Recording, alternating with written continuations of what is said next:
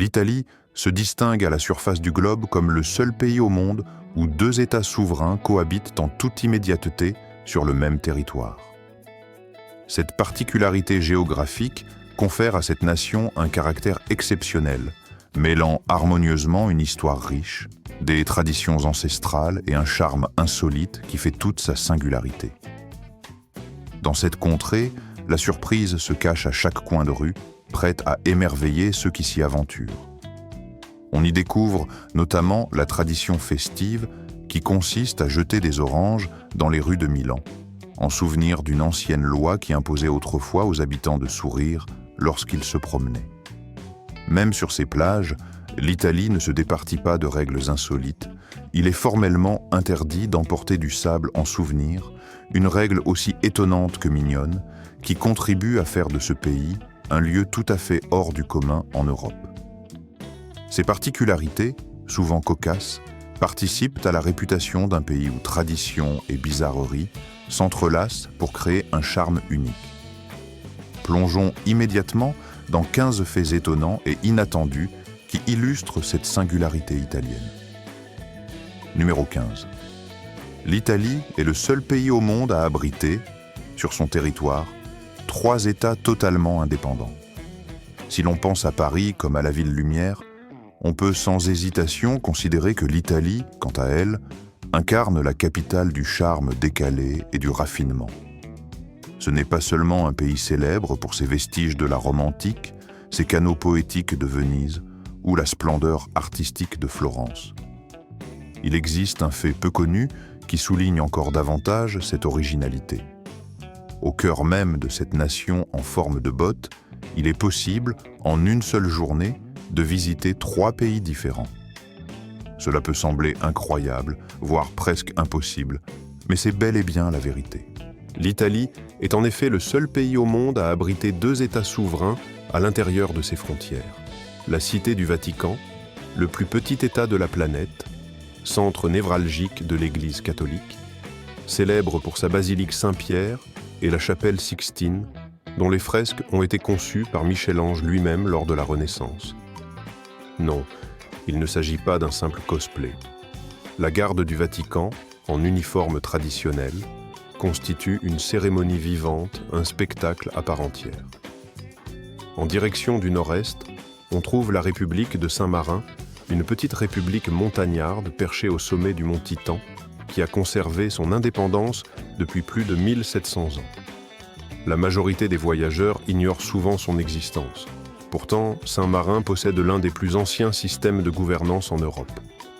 Elle a naguère frappé sa propre monnaie, géré un service postal et délivré des passeports qui sont aujourd'hui devenus de précieux objets de collection, comme des timbres vintage. Un détail insolite, les citoyens de Saint-Marin n'ont pas besoin de passeport pour entrer en Italie. Mais les touristes peuvent demander un timbre international en souvenir, un petit trésor pour les collectionneurs. Ajoutez le Vatican et Saint-Marin à votre liste de destinations et vous découvrirez un panorama exceptionnel de géographie et d'histoire. Numéro 14. L'Italie possède parmi ses atouts ses plages caractéristiques qui se distinguent par leur caractère unique. Commençons par la plage de Lapélos, souvent surnommée les Caraïbes de l'Italie. Son eau cristalline, d'un bleu profond, permet aux visiteurs d'observer leur propre ombre danser sur le fond sableux, créant un spectacle hypnotique. Mais ce qui confère à cette plage son unicité ne réside pas uniquement dans la beauté de ses eaux ou la finesse de son sable. Une règle étrange y est en vigueur. Il est strictement interdit d'emporter du sable en souvenir. Cette interdiction, aussi surprenante qu'amusante, participe à l'atmosphère particulière de cet endroit, où la nature préservée et le respect des règles contribuent à maintenir une harmonie rare. Les visiteurs de ces lieux doivent impérativement déposer une serviette sur le sable avant de s'y installer, comme on poserait une précieuse pierre médicinale, afin d'éviter d'emporter accidentellement avec eux un grain de cette richesse naturelle.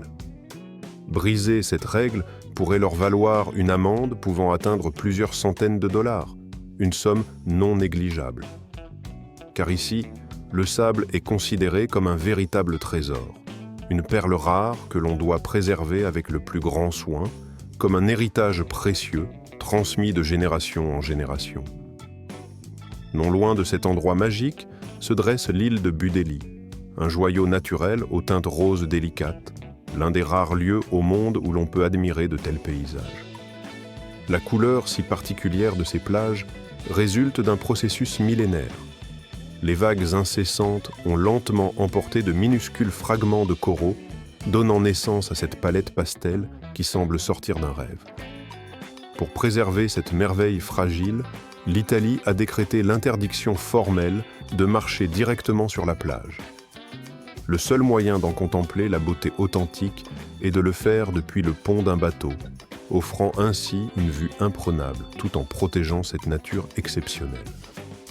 Pour ajouter à l'étrangeté de cet endroit, il y a plus de 30 années, une seule personne a choisi de vivre sur cette île isolée, Maura Marandi. Une figure mystérieuse et moderne, presque mythique, dont la présence continue d'alimenter les légendes locales. Si vous cherchez une aventure hors du commun, dirigez-vous vers la plage de Gouvana. C'est une baie nudiste, nichée entre des rochers escarpés de Chinchterria, souvent oubliés des touristes. Pour y accéder, il faut ramper à travers un tunnel abandonné de plus d'1 kilomètre de long, un passage totalement sombre, glacé et effrayant, mais qui en même temps exerce une fascination indéniable.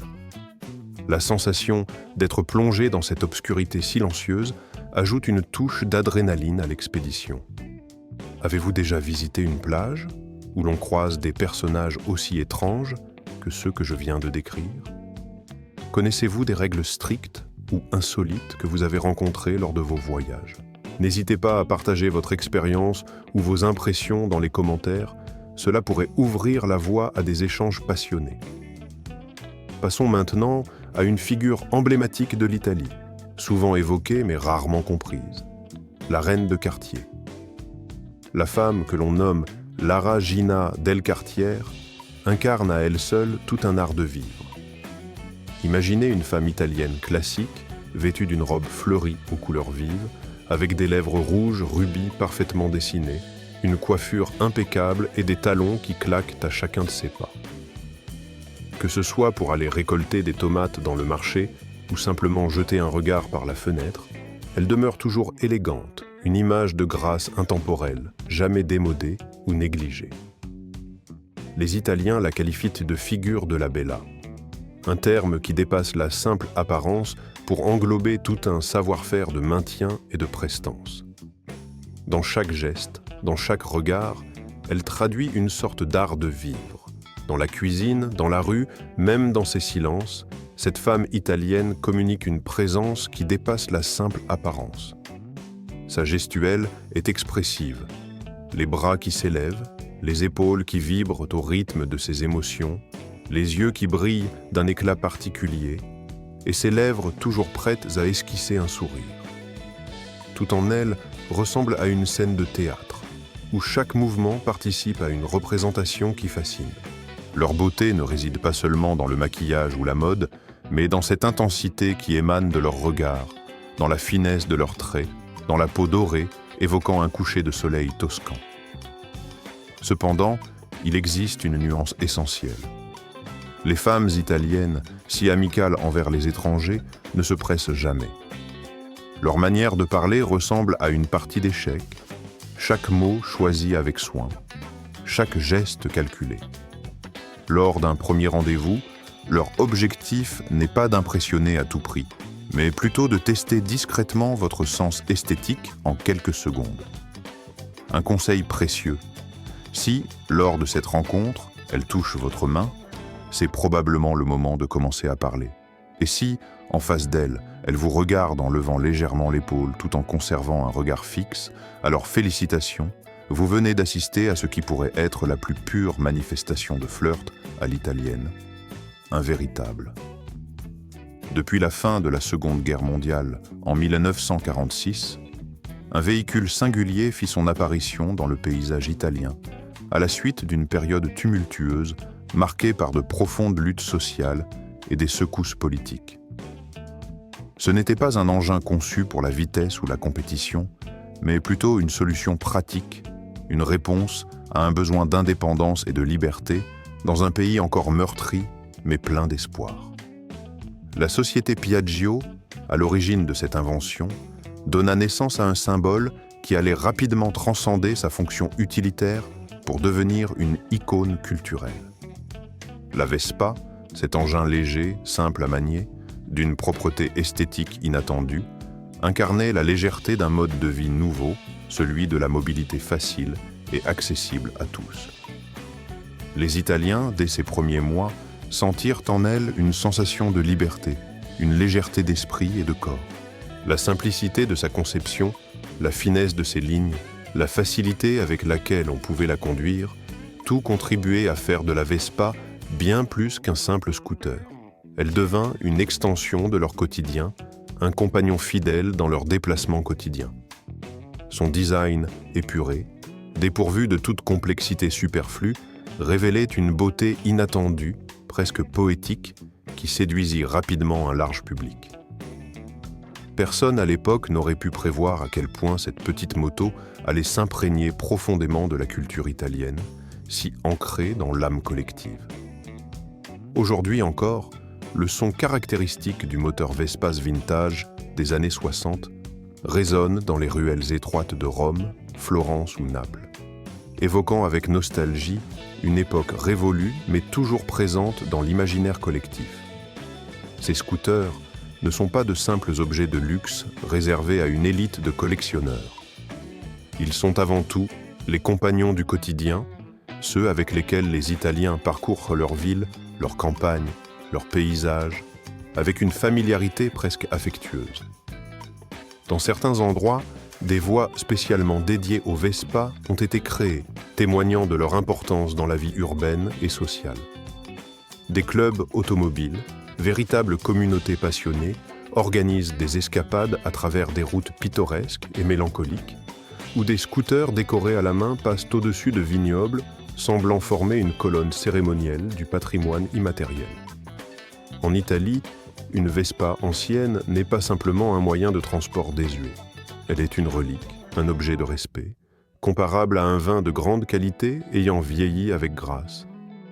À San Gimignano, chaque année, un festival nommé Vespa Raduno rassemble des centaines de ces petits engins classiques qui serpentent lentement à travers les ruelles médiévales en une procession empreinte de nostalgie nationale. La Vespa devient alors un symbole de mémoire collective, un témoin vivant d'un passé que l'on aime chérir. Dans le sud du pays, cette passion se mêle à l'amour, à la fête et à la tradition. Les jeunes mariés, par exemple, choisissent de refuser la limousine pour partir en voyage de noces, décorant leur Vespa de rubans blancs et laissant s'élever dans l'air le tintement des cloches de mariage qui résonnent dans chaque village. La Vespa devient ainsi un vecteur d'émotion, d'histoire et de communauté. Dans plusieurs villages de montagne du sud de l'Italie, une atmosphère singulière se déploie, presque magique. Ici, il n'est pas rare d'observer des scènes étonnantes où la Vespa, symbole d'une époque révolue, semble fusionner avec le paysage lui-même. Ce n'est qu'en Italie que le gouvernement a imaginé une initiative aussi audacieuse, proposant jusqu'à 30 000 $ de subventions pour encourager les étrangers à s'installer dans ces régions reculées. Dans des régions comme la Calabre ou les Pouilles, les autorités locales ont lancé une opération sans précédent, offrant des incitations financières à ceux qui souhaiteraient y déménager, à condition d'y ouvrir une entreprise traditionnelle. Ce pourrait être une librairie vintage, un atelier d'artisanat, un petit bar cosy ou une boutique de pâtes faites maison. Ces professions, peu à peu abandonnées dans le monde numérique, renaissent ici avec un souffle nouveau, porté par une volonté de préserver un mode de vie authentique. Ce qui rend cette démarche particulièrement belle, c'est qu'elle ne demande pas aux étrangers d'être italiens pour en profiter. Américains, Canadiens, Australiens ou autres voyageurs aventureux peuvent, avec un bon plan et une passion pour la simplicité de la vie, participer à cette renaissance. Au XIXe siècle, Une règle officielle gouvernait la conduite civique lors des cérémonies publiques. Il était de bon ton, voire vivement recommandé par les autorités, d'arborer un sourire dans tous les lieux publics, à l'exception des établissements hospitaliers et des funérailles. Bien que cette loi ait aujourd'hui été abrogée et ne soit plus formellement en vigueur, la tradition persiste, s'inscrivant comme un trait distinctif du charme particulier de Milan. Dans cette ville, un sourire sincère devient un symbole de convivialité universelle, un langage silencieux qui unit tous ses habitants. Que ce soit un vendeur de croissants au coin de la rue, un employé du métro ou même un agent de police local, tous adoptent cette expression chaleureuse comme une marque de leur identité. Dans certains quartiers plus anciens, si vous osiez vous présenter lors d'une réunion de voisinage avec un visage grave ou fermé, ils pourraient, avec douceur mais fermeté, vous faire comprendre qu'il est temps de changer d'attitude. Un simple signe de leur part, un petit geste amical comme un sourire, leur suffirait pour vous inviter à rejoindre l'atmosphère chaleureuse et accueillante qui règne ici. C'est une véritable tradition locale, une manière de maintenir cette ambiance de proximité sincère, de préserver cette atmosphère où la chaleur humaine et la convivialité sont palpables. Dans une métropole mondialement célèbre pour son raffinement dans la mode et le design, il est poétique de constater que Milan a choisi une solution aussi simple et universelle qu'un sourire pour exprimer la singularité de chacun. Peut-être est-ce cette simplicité qui explique pourquoi tant de touristes repartent d'ici non seulement avec des souvenirs élégants, des vêtements à la pointe de la mode ou des objets de design, mais aussi avec le cœur léger, porté par cette atmosphère de légèreté et de bienveillance. Passons maintenant à une autre ville, celle qui fait figure d'exception absolue en Italie, Venise, la cité sans route. Dans un monde où la congestion et les voitures autonomes occupent une place centrale, Venise se démarque comme une véritable échappée féerique. La ville ne possède aucune route, aucune voie carrossable, ce qui peut surprendre. La raison en est simple. Ici, il n'y a tout simplement pas de rue. Venise est un dédale envoûtant de plus de 150 canaux, de 400 ponts et d'un réseau infini de ruelles pavées où l'automobile n'a pas sa place, remplacée par un mode de transport bien différent. Les seuls véhicules qui circulent sont les bateaux, véritables artères de cette cité flottante. Le canal principal, large et majestueux, sert de véritable autoroute où glissent taxis, bateaux-bus et ambulances, évoluant avec grâce sur l'eau comme dans une chorégraphie millénaire. La navigation n'est pas seulement un moyen de déplacement, mais une véritable danse où chaque mouvement est précis et harmonieux. La gondole, emblème incontestable de Venise, incarne cette tradition séculaire. Un navire élancé, manœuvré par un seul rameur, qui glisse silencieusement sur l'eau, évoquant la poésie et la légèreté d'un ballet ancien. Les Vénitiens ne ressentent pas le chaos qui accompagne la circulation automobile dans d'autres villes. Au contraire, ils profitent de l'air pur, du rythme apaisant des éclaboussures d'eau et du silence précieux qui enveloppe la cité. Cette absence de voiture confère à Venise une aura unique, une identité si forte qu'elle en devient un monument vivant, un lieu hors du temps, inimitable dans le contexte de l'Europe moderne. La ville devient ainsi un véritable chef-d'œuvre architectural et culturel, une oasis de calme et de beauté où la mobilité se fait douce et poétique. Enfin, il ne faut pas oublier le rituel du café en Italie, une tradition profondément ancrée dans la vie quotidienne. 45 minutes dédiées à cette pause précieuse, durant laquelle le café devient bien plus qu'une simple boisson. C'est un véritable rituel social, un moment de partage et de convivialité que chaque Italien pratique selon des règles tacites mais strictes. Une de celles-ci veut que l'on évite de consommer un espresso après 11 heures du matin. Cela peut sembler étrange, voire incompréhensible pour certains. Mais pour les Italiens, l'espresso est une expérience sacrée du matin, une renaissance de l'âme, un réveil intérieur qu'il ne faut pas gâcher par une consommation tardive. Ce qui frappe également, c'est la rapidité avec laquelle ils boivent leur café. Dans les cafés traditionnels de Rome, de Naples ou de B, tout va vite, mais chaque mouvement, chaque geste, chaque mot est empreint d'un sens profond, d'une tradition ancienne qui se transmet de génération en génération.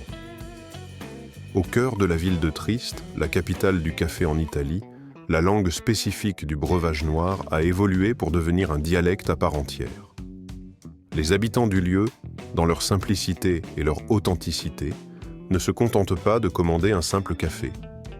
Lorsqu'ils veulent un expresso, ils ne disent pas « expresso » comme dans le reste du pays, mais simplement « café », comme s'il s'agissait d'un terme universel et évident. Si l'on souhaite un café très noir, on demande à Néron, un clin d'œil complice à l'histoire antique.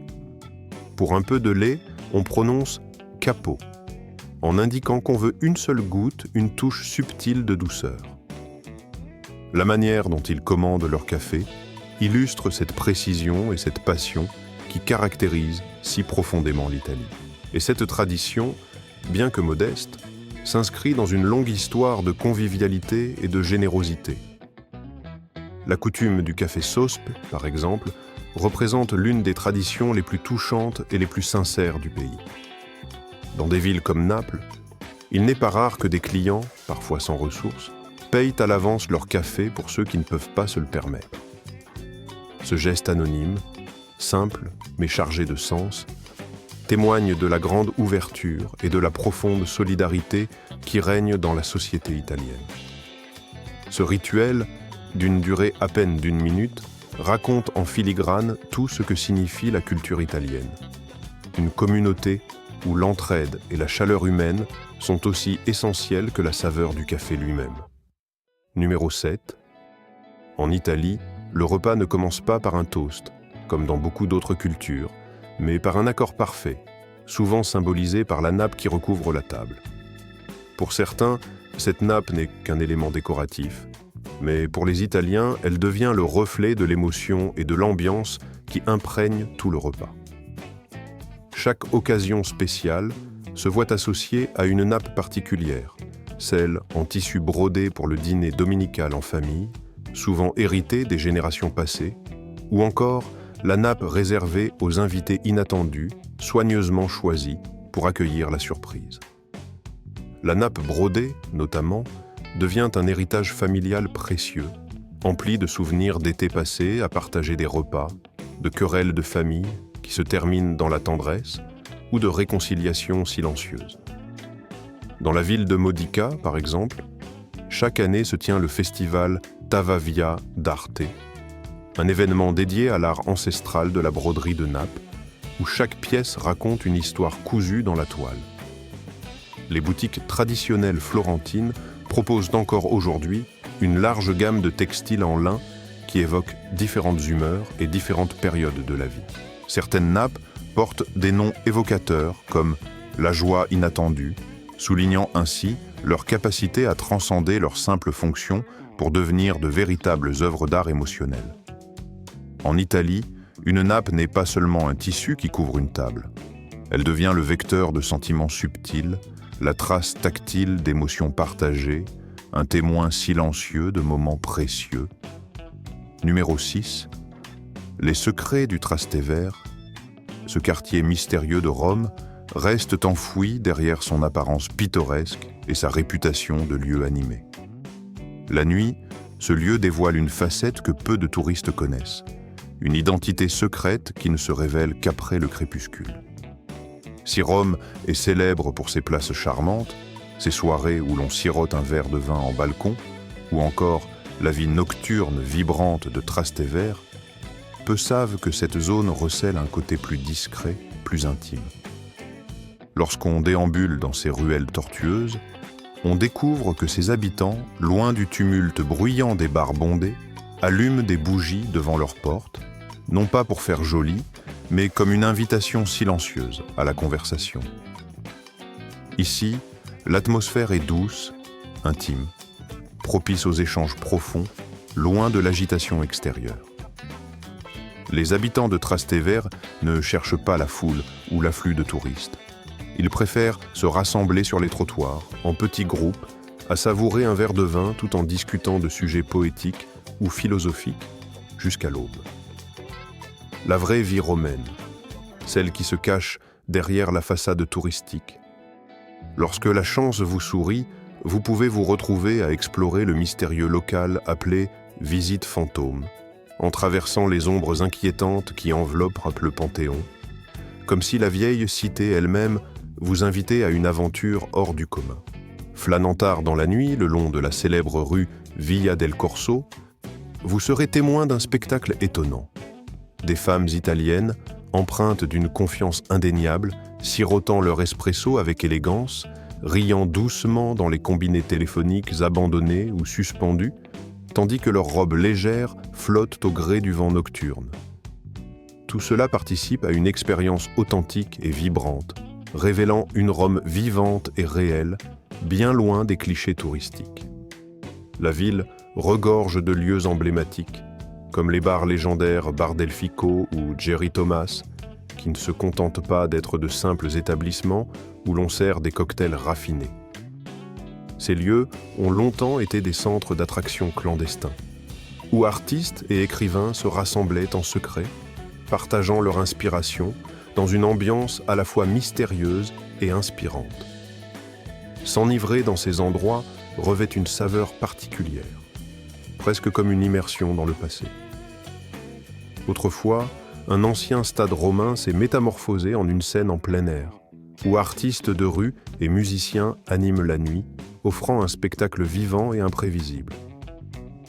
À Opiatzidel, la moitié surprenante de cette ville énigmatique, se trouve un mur mystérieux, connu sous le nom de mur du chuchotement. Il permet à deux personnes de se parler à voix faible, en se tenant à près de 100 pieds l'une de l'autre, soit une trentaine de mètres, comme si Rome elle-même voulait confier ses secrets les plus précieux. Cette scène étrange donne l'impression que la ville elle-même tente de dévoiler ses mystères, chuchotant ses secrets dans le silence de la nuit. Passons maintenant à un voyage à l'italienne, une aventure qui dépasse la simple liste d'attractions pour devenir une expérience sensorielle riche et pleine d'émotions. Commencez par Cinque Terre. Cette région au village coloré niché sur la côte, semblant avoir été peint à même les rochers qui bordent la mer. Leur apparence vibrante et authentique invite à la découverte, et il est facile de rejoindre ces villages depuis le port de Vénérie, un véritable joyau caché où la mer turquoise dévoile ses mystères. Là-bas, faire du kayak dans les grottes marines mystérieuses est une activité incontournable, permettant d'explorer des recoins secrets et de ressentir la magie de la nature. Ensuite, prenez le train pour la Spezia, célèbre pour ses produits de la mer d'une fraîcheur exceptionnelle et à des prix abordables, une étape parfaite pour se régaler de fruits de mer aux saveurs authentiques. Après cette immersion côtière, dirigez-vous vers la célèbre tour penchée de Pise, qui reste le monument le plus emblématique de la région, mais n'y limitez pas votre visite. Prenez le temps de flâner dans les environs, notamment dans le quartier des Piadei Miracoli, où se dressent la cathédrale, le monastère et le musée. Là, vous pourrez admirer l'architecture exceptionnelle et apprécier la richesse historique de la ville. Poussez également un regard vers l'Orto Botanico, un jardin botanique fondé en 1544 qui se classe parmi les plus anciens d'Europe, offrant un havre de paix et de verdure au cœur de la ville. Le voyage en Italie ne se limite pas à jeter une pièce dans la fontaine de Trévi, symbole de rêve et de chance. En quelques minutes à pied, vous atteindrez l'escalier espagnol, rendu célèbre par le film Vacances romaines, où les amoureux de la ville aiment se promener et prendre des photos. Ensuite, dirigez-vous vers la Via del Corso, un véritable paradis pour les amateurs de shopping, au cœur de la cité antique, pour finir votre journée avec une tasse de café italien, un espresso parfait, symbole de la Dolce Vita. Bien sûr, le monument incontournable reste le Colisée, dans les murs duquel résonnaient autrefois les bruits des épées et des gladiateurs. À quelques pas de là se trouvent le mont Palatin et le Forum romain, où chaque pierre raconte l'histoire de l'Empire romain, où marcher, c'est marcher dans les pas des anciens. Les Italiens, quant à eux, ne parlent pas simplement avec leurs mots, mais avec leurs mains. Avez-vous déjà entendu leur manière si expressive ? Les gestes, dans la culture italienne, sont si profondément enracinés dans leur manière de communiquer qu'ils peuvent être lus comme autant de signes, capables de transmettre des messages complexes et nuancés, souvent au-delà de ce qui est verbalement exprimé. Un seul mouvement précis, comme un pincement dirigé vers le haut, peut contenir une multitude de significations, allant bien au-delà de la simple action physique. Il incarne une confusion pure, une émotion mêlée de grâce élégante, une façon de dire sans mots que quelque chose n'est pas clair ou qu'on est perplexe, tout en conservant une certaine délicatesse dans la manière de le faire.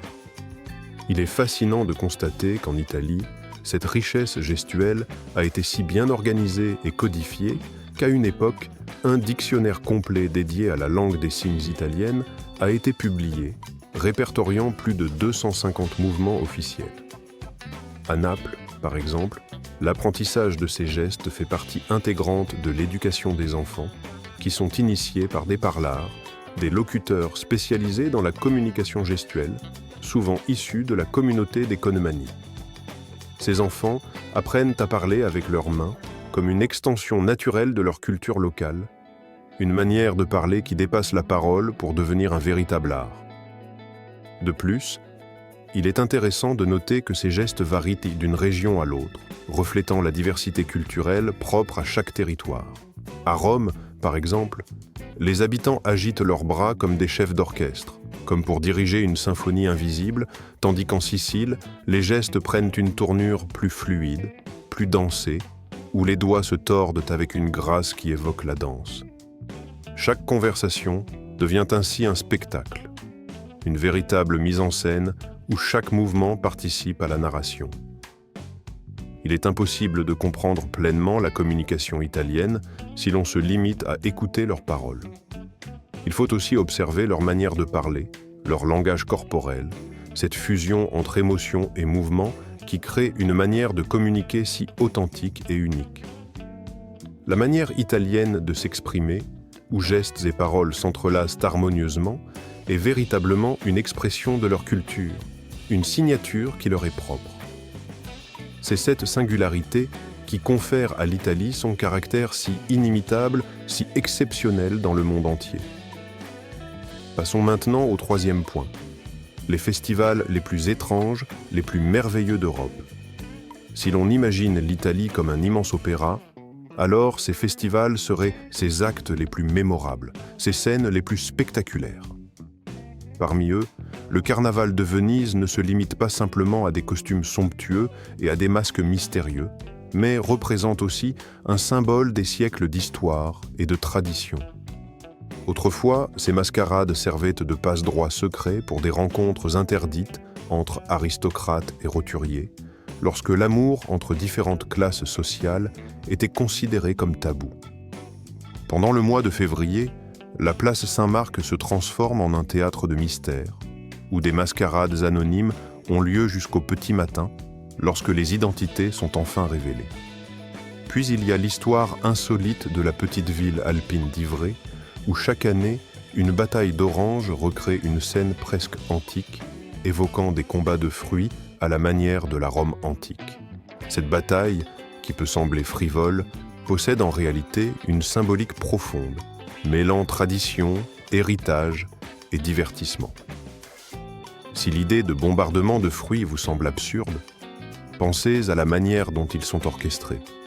Une véritable fête, un chaos coloré, où la joie et la folie se mêlent dans un esprit de camaraderie. Dans une autre tradition locale, le conte du petit chaperon rouge devient une bataille symbolique, un signe particulier de la région, où les habitants improvisent des affrontements festifs à l'aide de cette figure emblématique, transformant un conte enfantin en un spectacle vivant. Quant à la course de chevaux la plus légendaire d'Italie, il ne faut pas manquer le Palio de Sienne. Sur la célèbre place del Campo, des courses effrénées s'organisent, où les cavaliers s'élancent à toute vitesse, souvent sans cavalier, dans une ambiance sauvage et imprévisible. Chaque district de la ville possède son propre drapeau, sa mascotte, voire ses musées secrets, ouverts uniquement pendant la durée du festival. Ces rituels, ces symboles, renforcent l'identité de chaque quartier et font du Palio une tradition à la fois historique et vivante, un véritable spectacle où passé et présent se rencontrent dans une frénésie de couleurs et de passion. Le second point évoque là, lorsque l'on envisage de vivre dans un pays étranger, il est essentiel d'évaluer avec précision le coût de la vie afin d'éviter toute mauvaise surprise. En Italie, par exemple, le budget nécessaire pour une personne qui souhaite mener une existence confortable se situe généralement entre 1 300 et 1 600 $ par mois. Ce montant englobe des dépenses diverses telles que l'alimentation, le transport, la santé et les loisirs, mais il reste tout à fait accessible pour ceux qui souhaitent s'installer durablement dans ce pays. Côté alimentation, la simplicité et la convivialité prédominent. Si l'on décide de préparer ses repas à la maison, on peut prévoir une dépense mensuelle approximative de 300 à 400 $ en achetant des produits locaux et de qualité. Pour un déjeuner pris dans un restaurant, le coût se limite souvent à une fourchette comprise entre 12 et 15 $, ce qui permet de savourer une cuisine savoureuse sans se ruiner. Le repas au restaurant devient une expérience abordable, tout en étant un plaisir quotidien. Les transports en commun constituent une autre facette attrayante du mode de vie italien. La facilité d'accès et l'efficacité du réseau rendent les déplacements simples et économiques. Le prix d'un abonnement mensuel pour le bus ou le tramway tourne autour de 40 à 50 $, ce qui facilite grandement la mobilité quotidienne. En complément, une adhésion à une salle de sport revient à peu près entre 35 et 50 $ par mois, offrant ainsi la possibilité de maintenir une activité physique régulière sans dépenser une fortune. Concernant la santé, les soins dentaires constituent une dépense essentielle. Une visite privée chez le dentiste débute à partir de 50 $, ce qui représente une économie substantielle d'au moins 60% par rapport aux tarifs pratiqués aux États-Unis. Cette différence de prix permet aux résidents étrangers de bénéficier de prestations de qualité à un coût nettement plus raisonnable, renforçant ainsi l'attractivité du pays pour ceux qui recherchent une meilleure accessibilité aux soins. En combinant ces différentes dépenses, il devient évident qu'un mode de vie agréable en Italie est tout à fait réalisable pour un budget mensuel oscillant entre 1 300 et 1 600 $. Mais au-delà du simple aspect financier, l'Italie offre aussi un avantage considérable pour les étrangers, des incitations fiscales généreuses. Pendant les 5 premières années de résidence, il est possible de bénéficier d'une réduction pouvant aller jusqu'à 70% sur l'impôt sur le revenu, ce qui constitue une opportunité financière exceptionnelle. De plus, pour ceux qui souhaitent s'établir sur le long terme, un visa de longue durée est disponible, notamment pour les jeunes retraités disposant de revenus suffisants et de conditions administratives relativement simples. Cela permet à des personnes en fin de carrière ou avec des ressources modérées de profiter pleinement de la dolce vita italienne, sans souci excessif quant aux formalités ou à la stabilité financière. Vivre sereinement en Italie, sans inquiétude quant à la gestion quotidienne de ses finances ou à la législation, semble ainsi une perspective particulièrement séduisante. La question se pose alors: si vous aviez l'opportunité de déménager pour vivre dans ce pays, le feriez-vous ? Si votre réponse est affirmative, n'hésitez pas à me le faire savoir en me répondant par un seul chiffre. 1. Dans le cas contraire, indiquez 0 et expliquez-moi les raisons qui vous retiennent. L'Italie possède également un patrimoine gastronomique unique, considéré comme l'un des plus riches et insolites au monde. Dès votre arrivée, vous comprendrez rapidement que la cuisine ici n'est pas simplement une nécessité, mais une véritable tradition, un art soigneusement préservé par la loi et par des générations de chefs passionnés.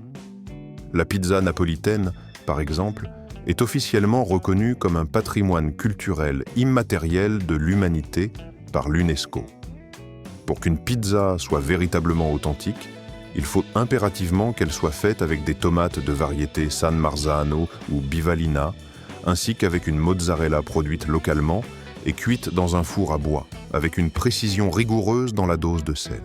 Tout ce qui s'éloigne de ces traditions est considéré comme une déviation, voire une insulte à l'art culinaire italien.